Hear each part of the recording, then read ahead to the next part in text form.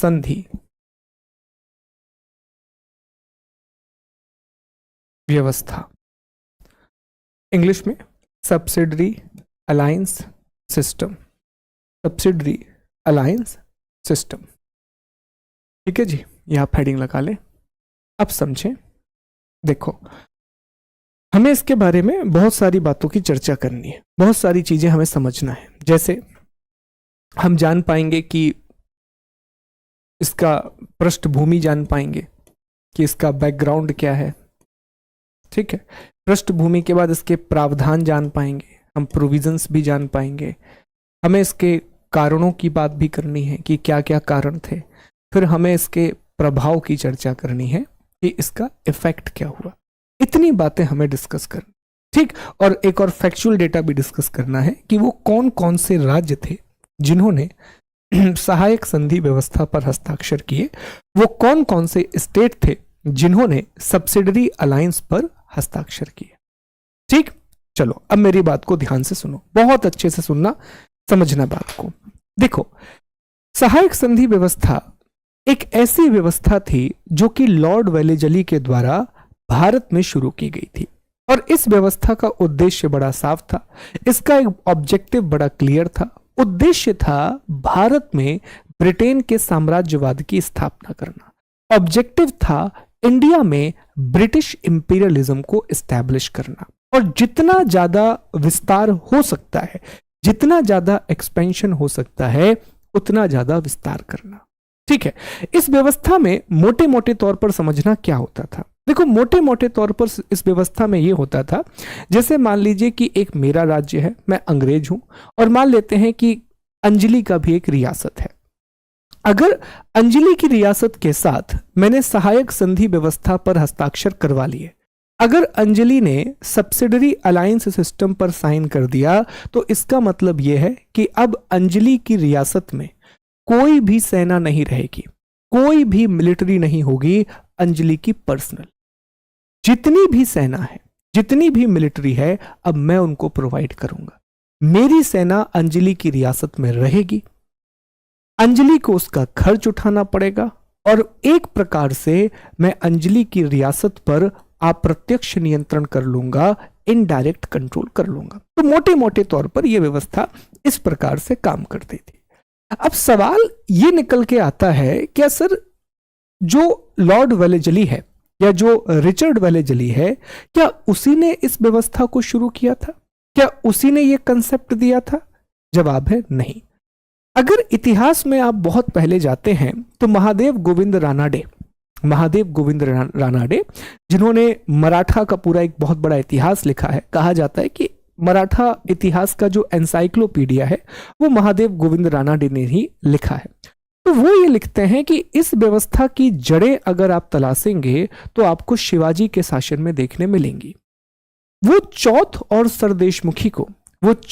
सरदेशमुखी को एक प्रकार से सहायक संधि व्यवस्था ही मानते हैं, एक प्रकार से सब्सिडरी अलायंस सिस्टम ही मानते हैं, क्योंकि वहां पर भी मराठा सेना एक गांव को या एक शहर को यह आश्वासन देती थी कि अगर आप हमें पैसा दोगे तो ना हम आप पर अटैक करेंगे, ना कोई दूसरा व्यक्ति आप पर अटैक करेगा।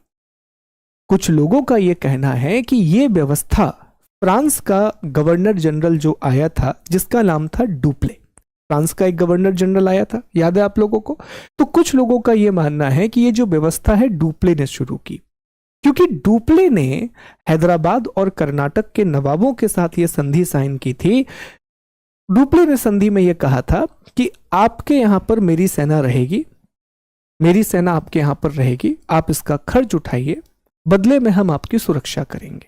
हाँ, पर उसमें यह प्रोविजन नहीं था कि कर्नाटक और हैदराबाद अपनी सेना नहीं रख सकता। वो अपनी सेना भी रखे हुए थे, लेकिन फ्रांस की एक टुकड़ी, फ्रांस की सेना का एक बटालियन भी उन दोनों की रक्षा के लिए वहां पर रहता था, जिसका खर्च वो लोग ही दिया करते थे। कुछ इतिहासकार ये मानते हैं, कुछ हिस्टोरियन ये मानते हैं कि इस व्यवस्था की शुरुआत जो है वो रॉबर्ट क्लाइव ने की। इस व्यवस्था की शुरुआत किसने की? रॉबर्ट क्लाइव ने की। इतिहासकारों का मानना है कि 1765 में, 1765 में जो इलाहाबाद की दूसरी संधि हुई, जो इलाहाबाद की सेकेंड ट्रीटी हुई अवध के नवाब शुजा-उद-दौला के साथ, तो अवध में भी यही प्रोविजन लगाया गया कि अवध अब सैनिक क्षमता नहीं रखेगा, अंग्रेज उसकी सुरक्षा करेंगे, जो ब्रिटेन के लोग हैं वो इसे प्रोटेक्शन देंगे। तो फिर सवाल यही निकल के आता है कि सर अगर शिवाजी या फिर डुप्ले या फिर रॉबर्ट क्लाइव सहायक संधि व्यवस्था को शुरू कर चुके थे, तो हमेशा जब भी सहायक संधि व्यवस्था की बात होती है क्यों हम उसे रिचर्ड वेलेजली के साथ जोड़ते हैं? तो जवाब यह है दोस्तों कि वेलेजली ने इस व्यवस्था को एक विनियमन किया और संस्थागत रूप प्रदान किया। उसने इस पूरी की पूरी व्यवस्था को रेगुलेट किया और इंस्टीट्यूशनलाइज किया।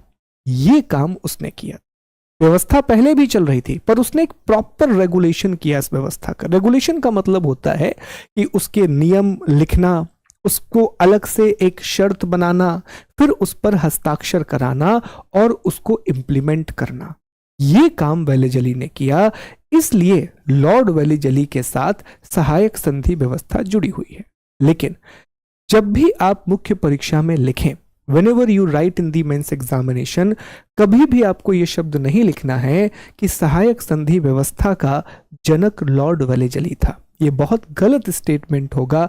He was not the propounder or he was not the father of subsidiary alliance. He was the one who efficiently used and implemented subsidiary alliance in India. Richard Wellesley सहायक संधि व्यवस्था का जनक नहीं था। Richard Wellesley वह व्यक्ति था जिसने सहायक संधि व्यवस्था को संस्थागत विनियमित करके उसका प्रभावी तरीके से क्रियान्वयन किया।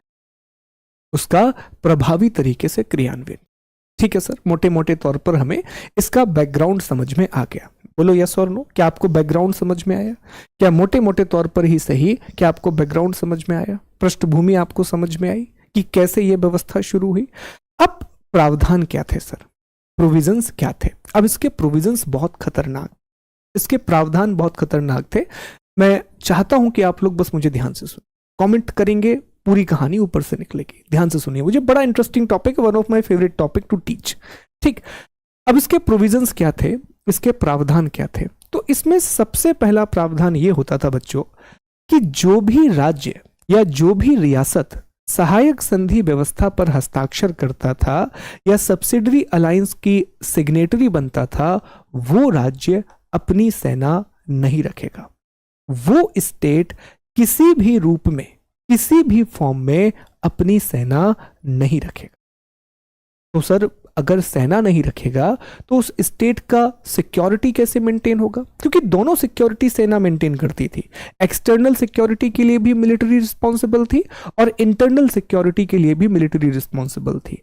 बाह्य सुरक्षा के लिए भी सेना जिम्मेदार होती थी और आंतरिक सुरक्षा के लिए भी सेना जिम्मेदार होती थी। तो उसने रिचर्ड वेलेजली ने कहा कि हम आपको सेना देंगे, अंग्रेजी सेना आपके यहां पर रहेगी। ये अंग्रेजी सेना आपको हर खतरे से बचाएगी। आपके राज्य में कोई खतरा है तब भी अंग्रेजी सेना आपको बचाएगी, बाहर से कोई अटैक कर रहा है तब भी यही ब्रिटिश सेना आपको बचाएगी। तो मैं कहूंगा ये तो अच्छी बात है यार, लेकिन मेरी एक शर्त है। क्या शर्त है? इस सेना का पूरा खर्च आपको उठाना पड़ेगा। जो भी एक्सपेंस आएगा, चाहे इनका वेतन हो, इनके रहने का खर्च हो, हथियारों का खर्च हो, ट्रेनिंग का खर्च हो, वो सारा खर्च आपको उठाना पड़ेगा। तो अब ऑप्शन तो कुछ होता नहीं था, चाहे तुम मानो ना मानो साइन तो करना ही है। तो मैंने कहा ठीक है कर देते हैं। तो कहा पेमेंट कैसे लोगे? रिचर्ड वेलेजली से राज्य पूछते थे कि आप पेमेंट कैसे लोगे? तो वेलेजली दो प्रकार के उसमें प्रोविजन रखता था। जो बहुत छोटे राज्य होते थे ना, जो बहुत ही छोटी रियासतें होती थी, बहुत वेरी स्मॉल प्रिंसली स्टेट, पता पड़ा कि जबलपुर जितनी पूरी एक रियासत है, जितना आज जबलपुर जिला है उतनी एक रियासत है, तो ऐसी रियासतों से नकद पेमेंट लिया जाता था और वो उनके कुल भू राजस्व का 1/3 होता था। Can you imagine? 1/3 of their total revenue. कई कई मामलों में ये 1/4 तक पहुंचा है। जैसे मान लीजिए कि मैं जबलपुर रियासत का हूं, जबलपुर रियासत छोटी रियासत है और मेरी कुल आय 100 रुपए है, तो मुझे लगभग 33 से 40 रुपए अंग्रेजों को देने पड़ेंगे, तभी वो मेरे यहां पर सेना मेंटेन करेंगे। लेकिन जो बड़ी रियासतें होती थी, जो बहुत बड़े राज्य होते थे, जैसे हैदराबाद, हैदराबाद तो बहुत बड़ी रियासत, आज भी बड़ा इलाका, तो जो बड़ी रियासतें होती थी उनसे भूमि का एक बहुत बड़ा टुकड़ा परमानेंटली ले लिया जाता था। यह शब्द समझिएगा, भूमि का एक टुकड़ा परमानेंटली उनसे ले लिया जाता था संप्रभुता के साथ। जैसे मान लो कि मैं हैदराबाद रियासत का निजाम हूं, तो मुझसे कहा जाएगा कि आप अपने यहां की 100 एकड़ जमीन पूरे तरीके से हमें दे दो, इस पर आपका कोई अधिकार नहीं होगा, ना आप इसके अंदर कभी आओगे, ये ब्रिटिश राज्य का ही हिस्सा होगी, ये ब्रिटिश एम्पायर, नहीं पट्टे पर नहीं, मैं वही कह रहा हूं रोहित, पट्टे पर नहीं ली जाती थी बच्चे, वो जमीन पूरी तरह से वो ब्रिटेन को मिल जाती थी, कंप्लीटली ब्रिटेन को मिल जाती थी। अब ब्रिटेन जैसे चाहे वो उस जमीन का इस्तेमाल कर सकता है, वो चाहे तो वहां से लैंड रेवेन्यू कलेक्ट कर ले, वो चाहे तो वहां पर शहरों का विकास कर दे, वो पूरा उसके ऊपर रहता था। ठीक है, तो ये दो तरीके से पेमेंट ली जाती थी। सर और भी कुछ शर्तें लगाई जाती थी? जी हाँ, और भी शर्तें लगाई जाती थी। देखो, सब्सिडरी अलायंस सिस्टम के बारे में कहा जाता है कि ये एक ऐसी व्यवस्था थी जो संप्रभुता को खत्म कर देती थी, जो राज्यों की संप्रभुता को खत्म कर देती थी, जो किसी भी रियासत की सोवेर्निटी को खत्म कर देती थी। एक व्यक्ति है मुनरो, मुनरो एक हेक्टर मुनरो, शायद मे बी हेक्टर मुनरो है, कोई मुनरो नाम का एक व्यक्ति है, मैं भूल रहा हूं उसका पूरा नाम।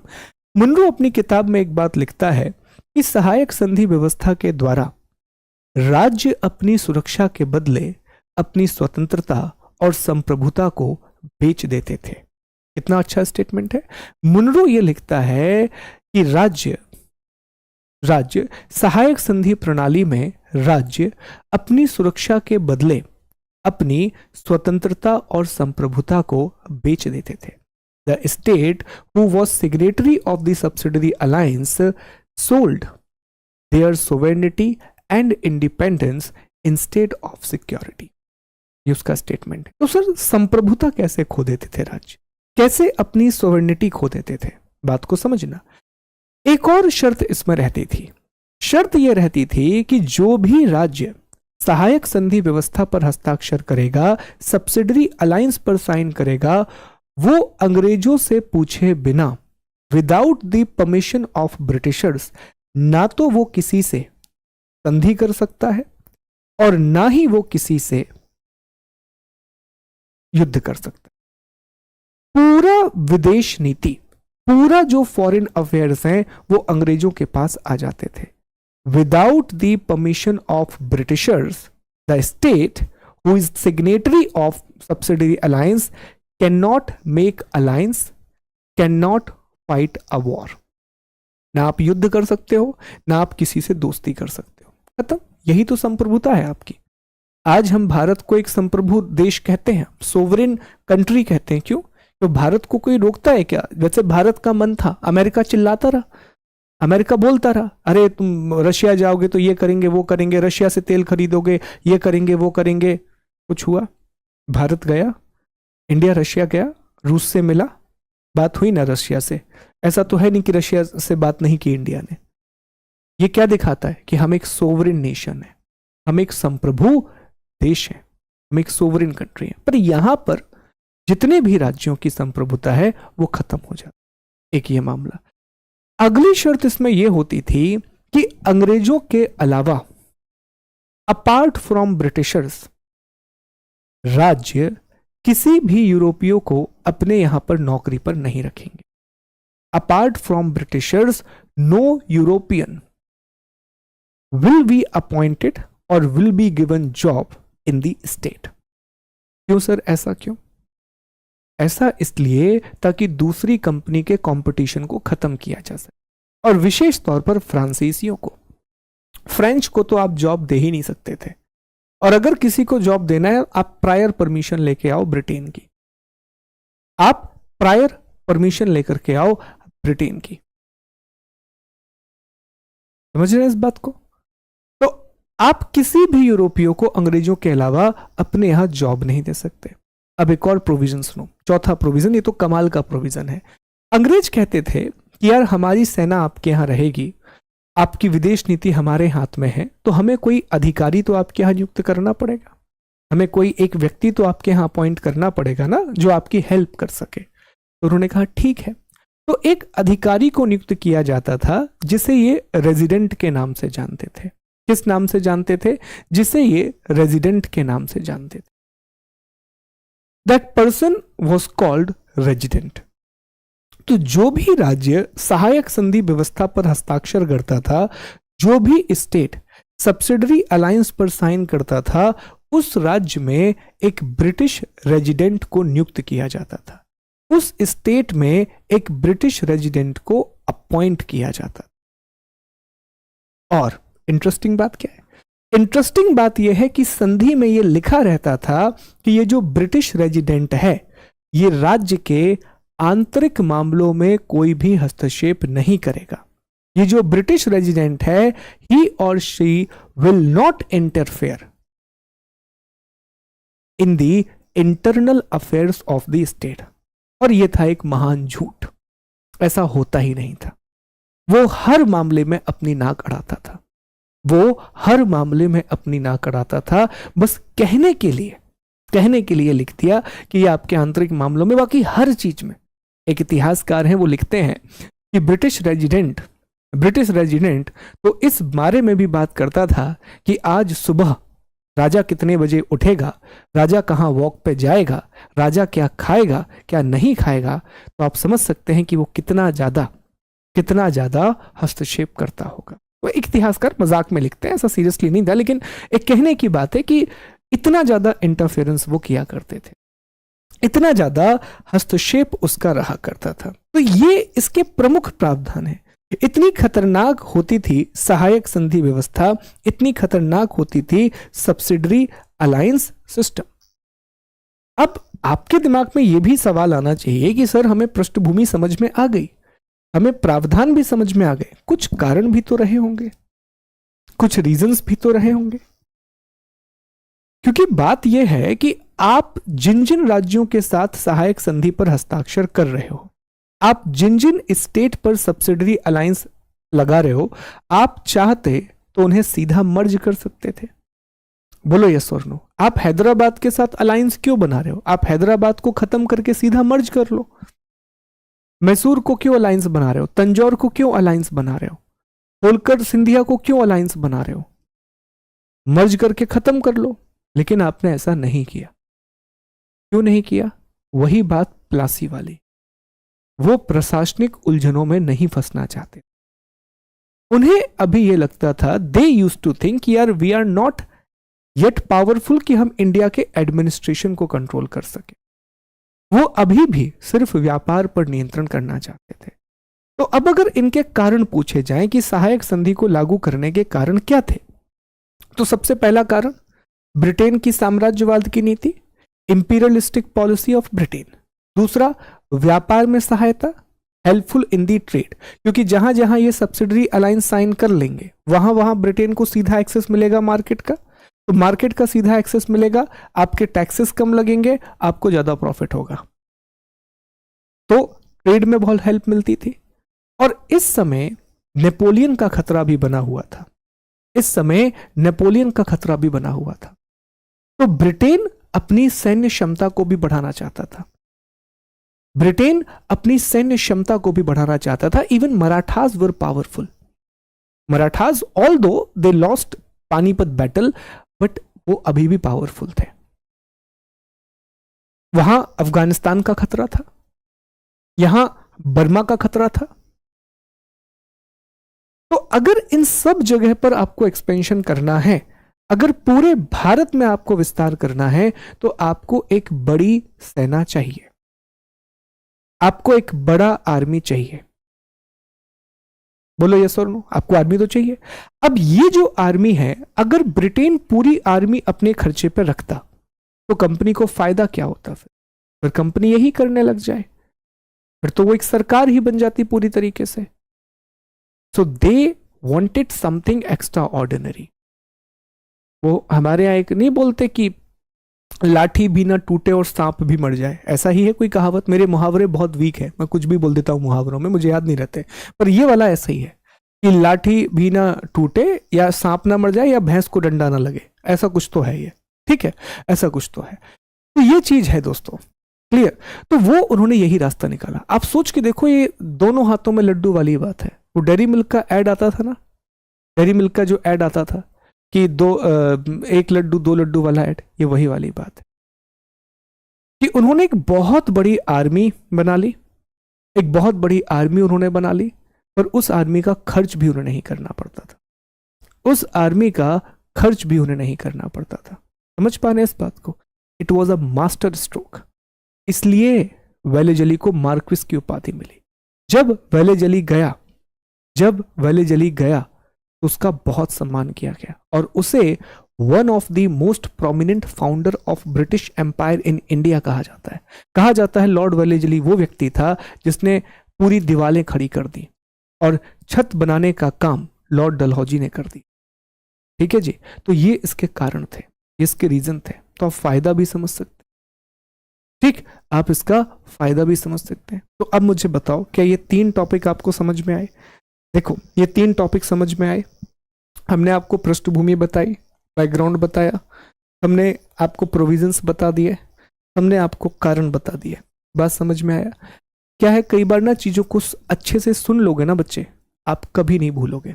एक कहानी के रूप में अगर चीजों को आप याद कर लोगे ना, बड़ा मजा आ जाएगा, बड़ा आनंद आ जाएगा चीजों को याद करने में। क्लियर है? यहां तक बात समझ में आ रहा है? ठीक, अब थोड़ी सी चर्चा कर लेते प्रभावों की, इफेक्ट।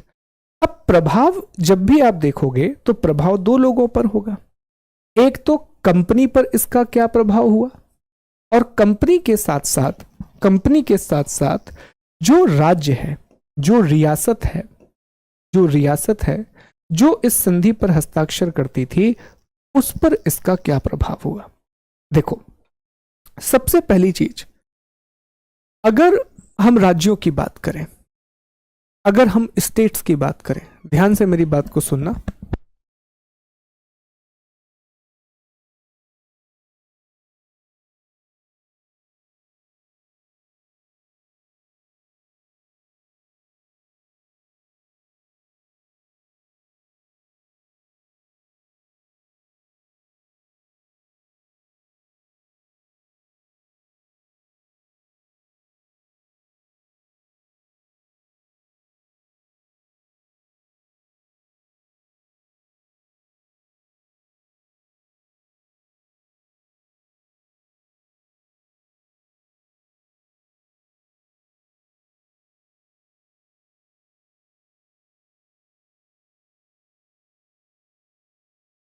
चलिए आगे बढ़ते हैं, बात को समझे। ओके, तो हमें 2 जगह इसके प्रभावों की बात करनी है। अरे आप लोग भी क्या दिमाग लगाते हैं यार। देखो, उसने कहा कि मैंने रिफ्लेक्शन देखा किसी का। हाँ, सही रिफ्लेक्शन है भाई, जो आप समझ रहे हो वही मामला है। डिटेक्टिव बनो भाई तुम लोग जाके, सीबीआई वगैरह ज्वाइन करो, सीआईडी। चलो आ जाओ, वापस आ जाओ टॉपिक पे। चलो प्रभाव समझते हैं, इफेक्ट समझते हैं। अब सबसे पहले आप रियासत पर इसके प्रभाव समझो। सबसे पहले आप प्रिंसली स्टेट्स पर इसके क्या इफेक्ट हुए वो जरा समझने की कोशिश करो। ध्यान देना, बात को अच्छे से समझना। देखो, अब जो भी रियासत सहायक संधि व्यवस्था पर हस्ताक्षर करती, उसका सबसे पहला जो प्रोविजन होता था, सबसे पहला जो प्रोविजन होता था कि वो राज्य पूरी तरह से सैन्य रहित हो जाता था, वो मिलिट्री लेस हो जाता था। मेरी बात को समझो कि जैसे मान लो हैदराबाद, हैदराबाद पहला व्यक्ति था या पहला स्टेट था जिसने सब्सिडरी अलायंस पर साइन किया। तो हैदराबाद अब अपनी सेना नहीं रख सकता, आप अपनी आर्मी नहीं रख सकते, तो आप सैन्य विहीन हो जाते थे। ये पहली दिक्कत थी। दूसरी प्रॉब्लम थी उन राज्यों के साथ जो राज्य छोटे थे, क्योंकि जो छोटे राज्य थे उन्हें पूरी पेमेंट कैश फॉर्म में करनी पड़ती थी, पूरी पेमेंट जो है वो नकद रूप में देनी पड़ती थी, और उन्हें अपनी कुल भू राजस्व का, उन्हें अपने टोटल लैंड रेवेन्यू का 1/3 देना पड़ता था। कितना देना पड़ता था? 1/3। तो मुझे एक बार बताइए, एक बात मुझे समझाइए दोस्तों, क्या यहां पर ऐसा नहीं होगा कि राज्य की जो शक्तियां हैं, जो स्टेट की पावर है, वो तो कम हो गई, स्टेट के फाइनेंशियल पावर बहुत कम हो गए। जो राज्य है उसके जो वित्तीय अधिकार है वो बहुत कम हो गए। ठीक, तो उनके ऊपर वित्तीय दबाव भी आ जाता था। प्लीज बात मत करो आप लोग, उनके ऊपर वित्तीय दबाव भी आ जाता था, एक फाइनेंशियल प्रेशर भी क्रिएट हो जाता था। तीसरी चीज अगर आप समझें कि देसी रियासत के ऊपर, तो उनकी संप्रभुता पूरी तरीके से खत्म हो जाती थी, उनकी सोवेरेनिटी पूरी तरीके से खत्म हो जाती थी। क्यों? ना वो किसी व्यक्ति को अपने यहां पर जॉब दे सकते हैं, ना ही वो लोग किसी से दोस्ती कर सकते हैं, और ना ही वो व्यक्ति किसी से युद्ध कर सकते हैं। तो संप्रभुता पूरी तरीके से समाप्त हो जाती थी, सोवेरेनिटी पूरी तरीके से समाप्त हो जाती थी। और एक छोटी सी बात और समझो, दो चीजें और समझो, बड़ी डिफरेंट एनालिसिस है पर समझना और लिखने की कोशिश करना। देखो, इससे जनता का भी शोषण होता था, और राज्य जो है वो जनता के प्रति बहुत अराजक हो जाते थे। क्यों? देखो, राजा को ना उस समय एक ही बात का डर रहता था। जो पुराने समय के राजा है ना, उन्हें इस बात का बहुत डर रहता था। इवन आज भी राजाओं और प्रधानमंत्री जो भी लोग होते हैं, उनको एक बात का ही डर रहता है, और वो बात होती है कि कहीं उनकी जनता उनके खिलाफ विद्रोह ना कर दे, कहीं उनकी जनता उनके खिलाफ विद्रोह ना कर दे। बांग्लादेश में हमने देखा, पाकिस्तान में हमेशा ये होता रहता है, वेनेजुला में देखा, कई जगह पर हमने देखा जहां पर जनता ही विद्रोह कर देती, और अल्टीमेटली शासन किसके पास आ जाता है? सेना के पास आ जाता है, मिलिट्री के पास पूरी की पूरी पावर आ जाती है, सेना के पास पूरी की पूरी शक्तियां आ जाती है। तो एक डर तो रहता है, एक भय तो रहता है, लेकिन अगर सेना का शासन चलने लगे, अगर मिलिट्री ही रूल करने लगे, तो क्या यह डर रहेगा? क्या यह डर रहेगा? नहीं रहेगा। तो जितने भी राजा जो सहायक संधि पर हस्ताक्षर करते थे, वे बहुत निरंकुश होते चले गए, वे बहुत ज्यादा केयरलेस और डिक्टेटर होते चले गए। उन्हें भय ही नहीं था जनता का। They were not afraid of their people, क्योंकि उन्हें पता था कि कोई भी विद्रोह होगा तो अंग्रेज मार डालेंगे सबको, ब्रिटिशर्स हैं उनकी रक्षा करने के लिए। तो जनता का बहुत शोषण होता था, जनता की भलाई के लिए फिर कुछ नहीं किया जाता था, लोगों के वेलफेयर के लिए कुछ नहीं किया जाता था। और एक प्रॉब्लम किसकी थी? ब्रिटिश रेजिडेंट की। ब्रिटिश रेजिडेंट कहने को वो हस्तक्षेप नहीं करता था, पर वास्तविकता यह है कि वो बहुत हस्तक्षेप करता था। कार्ल मार्क्स, जानते हैं आप कार्ल मार्क्स के बारे में? कार्ल मार्क्स ने एक बहुत इंपॉर्टेंट लाइन लिखी, दास कैपिटल जो उनकी किताब है, उसमें उन्होंने सब्सिडरी अलायंस के बारे में भी बताया है कि जो राज्य सहायक संधि व्यवस्था पर हस्ताक्षर कर लेते थे, वे वास्तव में अपना अस्तित्व ही खो देते थे। इतनी बड़ी बात है कि जो राज्य सहायक संधि व्यवस्था पर हस्ताक्षर कर लेते थे, वे राज्य वास्तव में अपना अस्तित्व ही खो देते थे। The state who signed the subsidiary alliance actually lost their existence. The state who signed the subsidiary alliance actually lost their existence. ठीक, तो जो राज्य होते थे वो तो बुरी तरह से बर्बाद हो जाते थे। इसमें लेकिन इंटरेस्टिंग टेक ये है कि राजा बर्बाद नहीं होता था, राजा तो राजशाही से ही रहता था। देखो भाई साहब, नाम मात्र का राजा होने में भी बुराई नहीं है। अगर आप किसी व्यक्ति से पूछो कि भाई साहब तुम्हारे पास 3 ऑप्शन है, 2 ऑप्शन है, या तो तुम राजा छोड़ दो, राजा रहो ही मत तुम, दूसरा तुम नाम मात्र के राजा रहे आओ, तो तुम कहोगे यार चलो पावर तो है नहीं राजा की, लेकिन नाम मात्र का राजा रह लेते हैं, कम से कम लग्जरियस लाइफ तो मिलेगी, कम से कम सम्मान तो मिलेगा, महल में रहने मिलेगा, 56 भोग खाने मिलेंगे, पावर भली नहीं कुछ रहेगी, पर राजा तो रहेंगे। तो राजा वगैरह इसमें बड़ा एंजॉय करते, ठीक है, उन्हें कोई फर्क नहीं पड़ता था, जनता को बहुत फर्क पड़ता था। और राजा तो अब बिल्कुल फ्री हो गए, क्योंकि उन्हें सुरक्षा का डर ही नहीं है। तो ये सारी चीजें हमें देखने के लिए मिलती हैं। अब सवाल है कि सर कंपनी पर इसका क्या प्रभाव हुआ? कंपनी पर भी कुछ प्रभाव हुआ। तो कंपनी के लिए जैसा मैंने आपसे कहा कि भाई साहब कंपनी के लिए ये जो पूरी की पूरी चीज है ना, ये क्या था, वो 2 लड्डू वाली बात थी। कंपनी के लिए एक ऐसी बात थी, 2 लड्डू वाली बात थी। 2 तो नहीं कहूंगा, मैं कहूंगा 1000 लड्डू वाली बात थी। जितने लड्डू ले सकते हो ले लो भाई साहब। गणतंत्र दिवस में गए हो, जितने लड्डू लूट सकते हो लूट लो, लूटो लूटो रे साजना। उनके लिए कुछ ऐसी बात थी, हर तरफ उनके लिए लड्डू ही थे। सबसे पहला फायदा जो कंपनी को हुआ, जो सबसे बड़ा फायदा कंपनी का हुआ, साम्राज्यवाद के लिए इसने, आप मान के चलें कि बंदूक की तरह काम, एक नींव की तरह काम। बहुत आसान हो गया ब्रिटेन को अपना साम्राज्य बढ़ाना भारत में। It became very easy for the Britain to increase their power, to increase their authority in India. बहुत आसान हो गया। क्यों?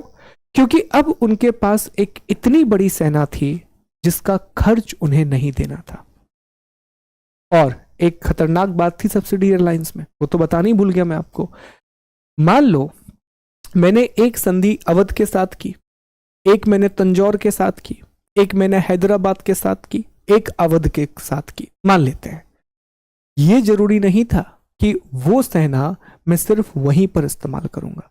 जरूरत पड़ने पर मैं अवध की सेना को बुला करके अफगानिस्तान में भी युद्ध लड़ सकता हूं। जरूरत पड़ने पर मैं तंजौर की सेना को ले जाकर के नेपाल से युद्ध लड़ सकता हूं। तो साम्राज्य में बहुत सहायता मिली।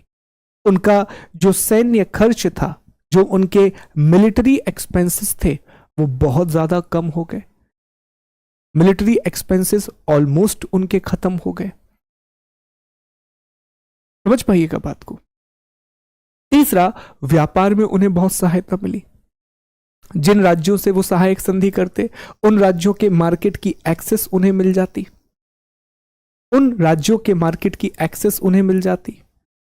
चौथा, इससे उन्हें बहुत सारी ऐसी लोकेशंस या ऐसी जगह प्राप्त हो गई जिनका सामरिक महत्व बहुत ज्यादा था, जिनका बहुत ज्यादा स्ट्रेटेजिक इंपॉर्टेंस था। क्योंकि जो भी राज्य उनके साथ सहायक संधि करता, जो बड़े राज्य होते थे, उन्हें जमीन का एक टुकड़ा देना पड़ता था।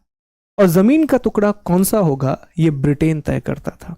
और वो वही चीजें लेता था जो किसी जंक्शन पर पड़ रहा है, जहां से बहुत सारे रास्ते होकर के गुजर रहे हैं, जहां से बहुत सारे रास्ते होकर के गुजर रहे हैं। वो हमेशा ऐसी जगह को चूज करता था। तो कंपनी को इससे बहुत सारी स्ट्रेटेजिक लोकेशन मिली, जिससे कहीं ना कहीं उन्हें, कहीं ना कहीं कंपनी को अपना विस्तार करने में मदद मिली, एक्सपेंशन करने में मदद मिली। तो मुझे बताएं, क्या आपको प्रभाव भी समझ में आ गया? क्या आपको इफेक्ट भी समझ में आ गया? अब मुझे बताएं, क्या सब्सिडरी अलायंस, ये फैक्चुअल डेटा छोड़ के कि किसने साइन किया, कब किया, वो मैं आपको बताऊंगा आगे अभी, बट फैक्चुअल डेटा छोड़ के क्या मोटे मोटे तौर पर ये बिंदु आपको समझ में आ गए जी? क्लियर है? कहानी समझ आ गई?